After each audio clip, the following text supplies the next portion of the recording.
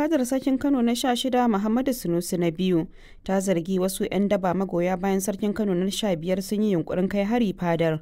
Cikin wata sanarwa da fadar ta fitar ta ce lamarin ya auku ne a jiya a lokacin da Alhaji Aminu Ado Bayero yake kan hanyar dawowa daga ta'aziyar rasuwar Alhaji Aminu Ɗantata.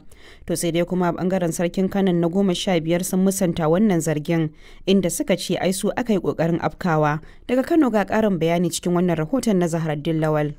Bayanan da fadar sarkin suka fitar sun bayyana cewa duk ƙoƙarin da suka yi na sanya jami'an tsaro a ƙofar kudu sai da wasu 'yan daba suka yi yunƙurin kutsa kai cikin fadar.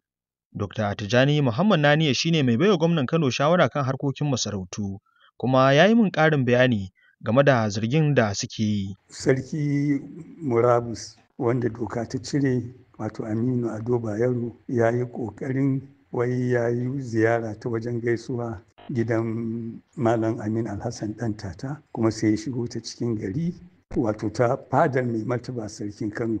To a nan ne suka ce wai a daidai wajen gidan marigayi Galadima Tijjani Hashim wai an musu ihu. Shi kenan amma ba su yi wani abu a kofar gidan marigayi Galadima ba sai da suka zo daidai inda za a shiga sakatariyar masarauta da kuma ɗaya gefen fadar sarki kawai sai suka afka gidan sarki suna ƙoƙarin su shiga. Mutanen da suke gadi a wajen suke sifar masu su ji musu ciwo su kuma daga nan su kuma suka haɗa ƙarfin suka biyo. To an so dai a ta'adda amma ba a yi ba yadda ake mutane suke yayatawa. An dai samu rigima da sauransu kuma ba a samu dai salwantar rai ba sai dai an ce an jiyo waɗansu rauni. To sai dai ɓangaren waɗanda ake zargin sun ce sam ba haka lamarin yake ba. Hasali ma su aka yi yunƙurin aukawa da makamai. Lokacin da sarkin Kano na 15 Aminu Ado Bayero da magoya bayansa suke kan hanyar komawa gida daga ta'aziyya.